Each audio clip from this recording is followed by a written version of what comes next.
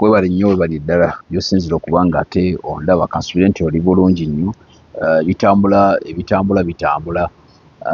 naye nga ensonga ya Nyamutoolo nayo njagala tugyogereko wano eno. Genda mu comment section subscribinga bw'oba tonaba kusubscribinga, of course onyige ka notification bell osobola okuba nga olaba buli video gye tuteekayo.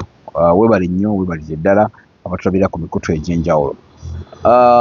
Of course Honorable Minister Nyamutoolo, that is omuninkini wa Edrisa Musuuza oba mukyala wa Eddy Kenzo, kubanga juzi tebikyaliko byakweka, juzi bagenda okukyala. Naye nga olw'okuba kati bwe tuddamuko mu mbeera endala, Honorable Minister Nyamutoolo waliwo ebibuuzo bingi nnyo wakati. Jjukira nti wabaddewo okwekalakaasa ennaku eziyise.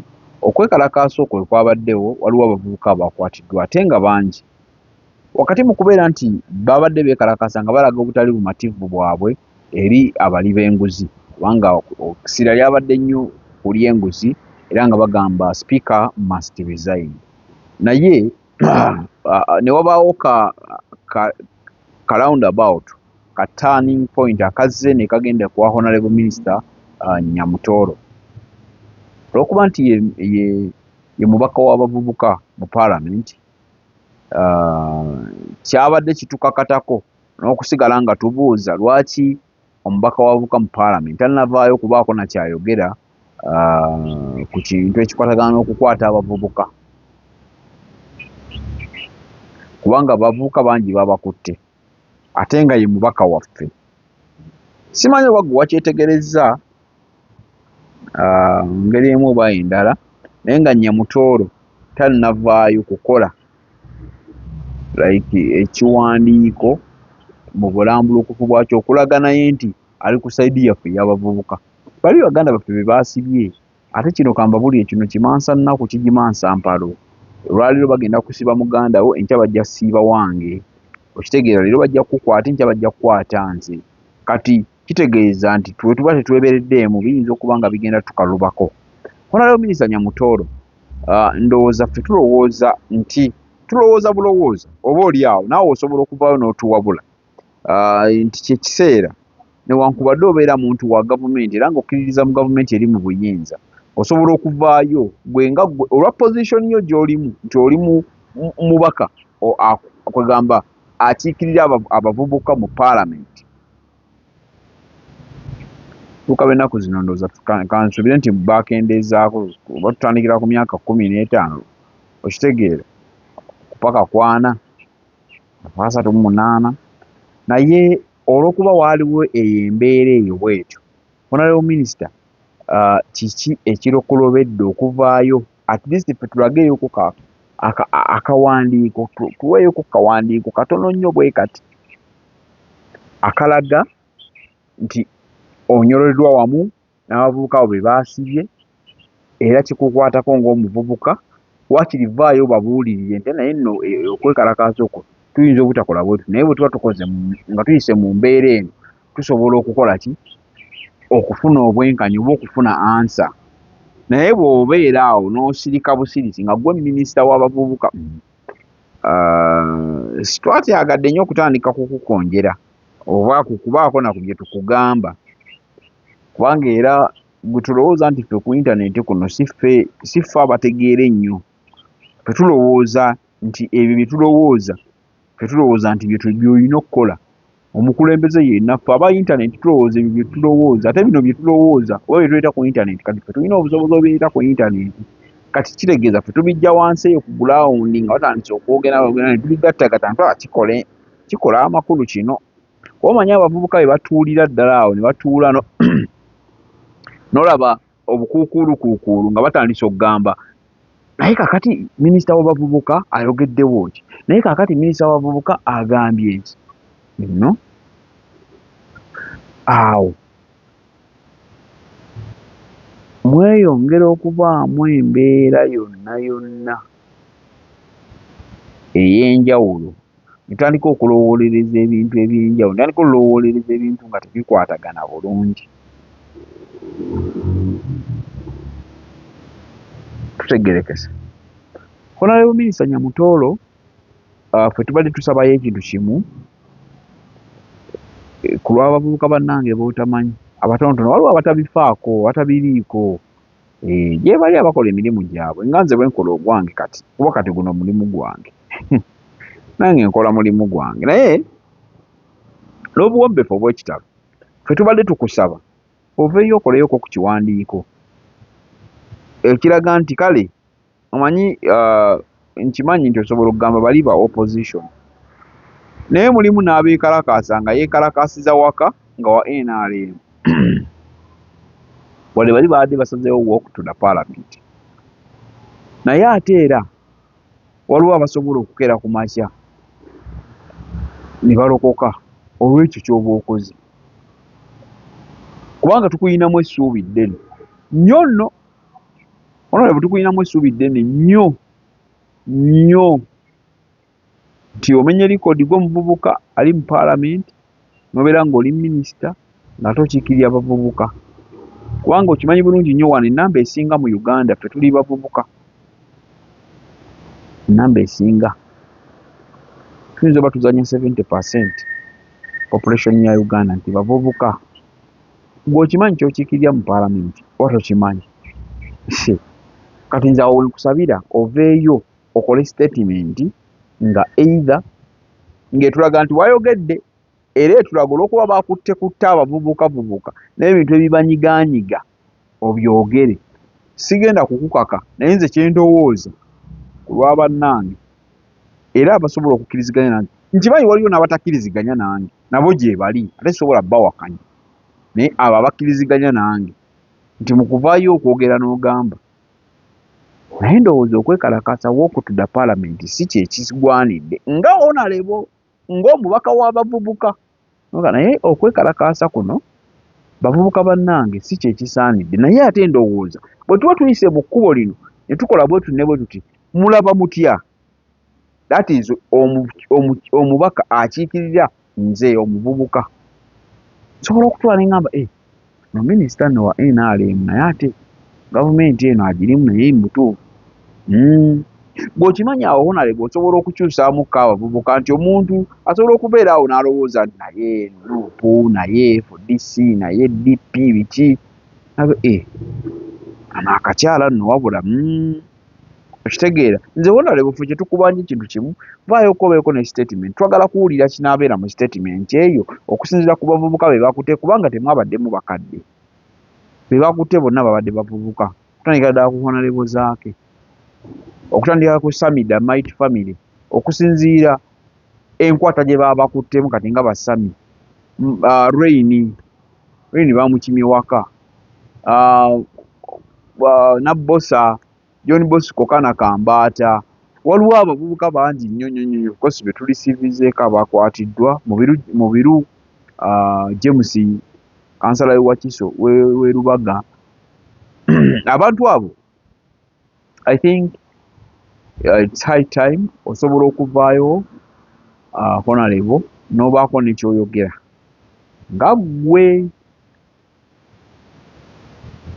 tusobola okutuyamba ne tukkakkana emitima ne tumanya tulina minisita ow'abavubuka era waali so mu mbeera eyo tenandisabye otuyambe beeko n'engeri gy'ovaayo oyogere statement byabadde bingi naye tuve 100 days in the office wazoogera ovaako ku TikTok otera okujjayo njagala oveeyo okole ku statement honorable minister okole statement nga statement eyo esobola okugatta abavubuka ffenna abaagala enkyukakyuka n'abawagira NRM nga statement eyo esobola okulaga kubanga osobola okugikola statement eyo n'etujja ku ki n'etukyusa osobola okukola statement olw'okuba gwe minisita w'abavubuka gwe minisita wange ankiikirira mu paalamenti ng'ovudde ku minisita ankiikirira ng'ovudde ku mubaka wa paalamenti ankiikirira e Nakaseke mumbuuze kati nze ni muvubuka ow'e Nakaseke kati gwe onkiikirira kakati gwe ankiikirira honorable minisita okiikirira abavubuka mu Uganda yonna mu paalamenti kiki kye wayogeddewo oba kiki kye wakozeewo, statement gye wafulumizza eyogera ku kukwata kw'abavubuka nga beekalakaasa olw'okulwanyisa enguzi, nga beekalakaasa olw'abakungu abamu okusegulira mu bifo, nga beekalakaasa okulekerawo okulya enguzi olujjudde, nga beekalakaasa okubeera nga ensi abasinga bonna abaka paalamenti bagamba bali enguzi. Twawulidde bulungi nnyo, ndowooza mwawulidde omusajja yayogedde omubaka wa paalamenti w'eyo ngulu, si Munnayuganda, like si Muganda, amanyi Luganda, yayogedde Lungereza. Bwe yawulira bagamba Oweekitiibwa ng'amanyi kirungi nnyo, yagenda obuuza kitegeeza ki, ne bamugamba Oweekitiibwa kitegeeza oli mubbi mu paalamenti. So mbadde mbasaba gwe kikwatako osobola okusharinga message eno netuuke wa Honorable Minister. Bw'oba ng'olaba kikwatako ng'omuvubuka, bw'obaawo osobola okukatemamu. Honorable Minister, kye tukusaba baako vaayo obeeko ne statement gy'okola nga ffenna tugiwulira nga Bannayuganda, ate togikola mu Luzungu lwokka, gikole ne mu Luganda. Otubuulire nga gwe omubaka atukiikirira, akiikirira abavubuka mu paalamenti ya Uganda. Olowooza ki? Kiki ky'olowooza ku mbeera eyabaddewo y'okukwata abavubuka nga beekalakaasa mu kulya enguzi? Era magezi ki g'osobola okutuwa? Kubanga nkugambye osobola okujja nakyo n'otuwa ekyokukola n'ogamba nti okwekalakaasa w'okutuwa ne mutawaanya abantu mu kibuga ne muva eri nga mukutte ebipande nga mulaga obuti, tusobola okukola bwe tuti, oba mujje tubabuulire wano. N'otegeka ne tujja ng'abavubuka ne twesomba okuva e Nakaseke ne tuva mu Kampala ne tuvaawa. Kisobola okutuyamba ng'abavubuka abamu, si bonna nti ojja bayamba, kuko nze nakati nakiyiga osobola kusanyusa nsi yonna, ffe tukwagala nnyo. Oli so intelligent, oli very quick mu bintu byo byokola, naye olwaliro ndi very disappointed kubanga nkugoberera nnyo Honorable Minister.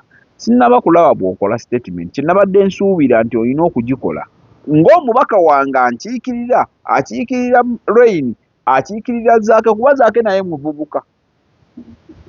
Bwe tuba tuzze mu kategole naye era gwe mubaka we.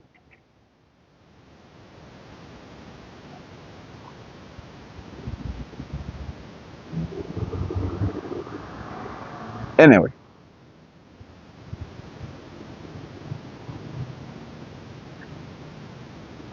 I think ndowooza message asobola okugifuna. Mbadde njogera ku kya mubaka wa paalamenti akiikirira abavubuka sayidi eyo. Okuba kati bw'oyinza olowooza mbadde sibitegere bulungi, omubaka wa paalamenti akiikirira abavubuka sayidi eyo, naye kati osobola okukitegeera gwe nga ggwe omuntu nti nze kali esuubula njagala kutegeera n'okumanya munnange kati ggwe omubaka w'abavubuka kiki ky'olaba, like kiki ky'olaba bavubuka bano bakole batya obutaddamu kwekalakaasa w'okottula paalamenti? Era oyinza bbawa tuweeyo statement gye tulaba gye tuyinza okugumirako, era bw'eneeba nga si ntuufu tujja kugamba nti awo nnyabo olimba, aho by'oliko tebiriiyo, bw'eneeba nga si ntuufu. Okitegeera? Ebyo ebyange. Oweekitiibwa Nyamutoolo, tubeereremu naffe we tukulagala tukubeereramu, tukwagala nnyo naye tubeereremu. Akume atakumira mpeera ze kali esuubula muzzukulu wa Loomwa, Ssaabasajja Kabaka wa Buganda wangaala.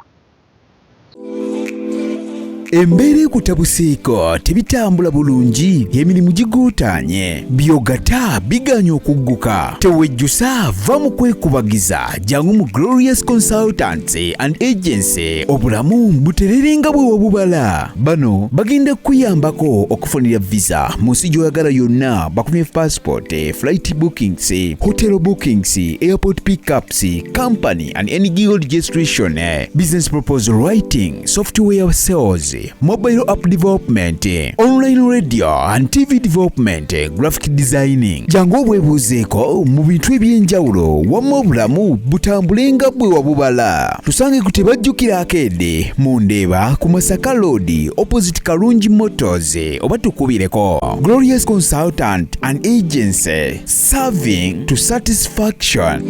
Gwe omuzadde eyitaze essomero erigenda okubangulira omwana wo nga muyeeya mukozi ate ayite ne first grade katukwanjulire Shehan Standard Day and Boarding Primary School abagenda okuteeka ebyensoma by'omwana wo ku mutendera ogusingira ddala. Empisa, eddiini, ebyemizannyo n'obuyiiya bwonna tubikulembereza ddala ng'ate ebyokulya n'ebyensula bya mulembe ddala. Tulina n'entambula eri abayizi abaviira ewala. Gwe ate omuzadde eyandiyagadde omwana wo okuyita ne first grade totunula obulala wonna okwewandiisa kugendera ddala maaso okuva ku nursery paka ku kibiina ekyomusanvu. Day ne boarding ng'ate n'ebisale birungi ate bisobokera ddala. Jjukira nti requirements zonna omwana wo azisanga ku ssomero. Tusangibwa Lubaga mu Bulwa Zone okuliraana 24/7 Motel. Gwe ayagala okumanya ebisingawo tukubire ku noti 773 73 359 ne noti 757 noti 6 26 96. Shehan Standard Primary School. We invest in education. Tekyabadaza ku Masaka Road, Chiwawo ku Mityana Road, Busunjo, Baka, Mende Kohima Road, Bombo Road, Gayaza Busiika, Gayaza Kayunga n'okwetulula Mukono yonna saako mu bitundu bya Uganda ebyenjawulo. Basoloza amayumba g'abapangisa era nga bazimba n'okuwa pulaani z'amayumba. Ssenjale be bokka abakulaakulanya omuntu wa wansi n'okumuzzaamu essuubi.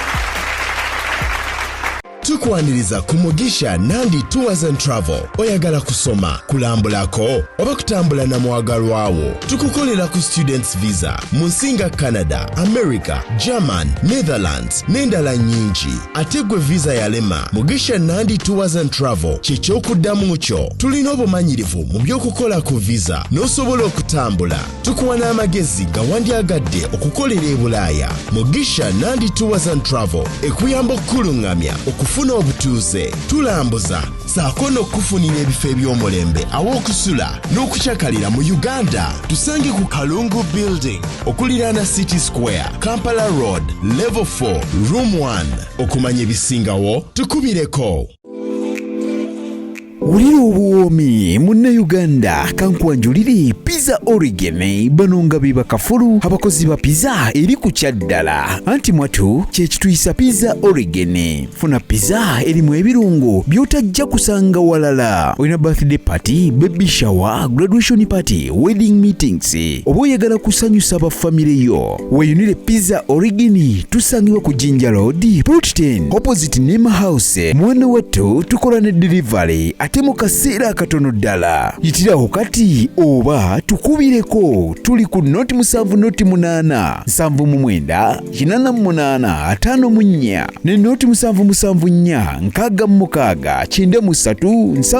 3 Pizza Origin tulya kyaddala.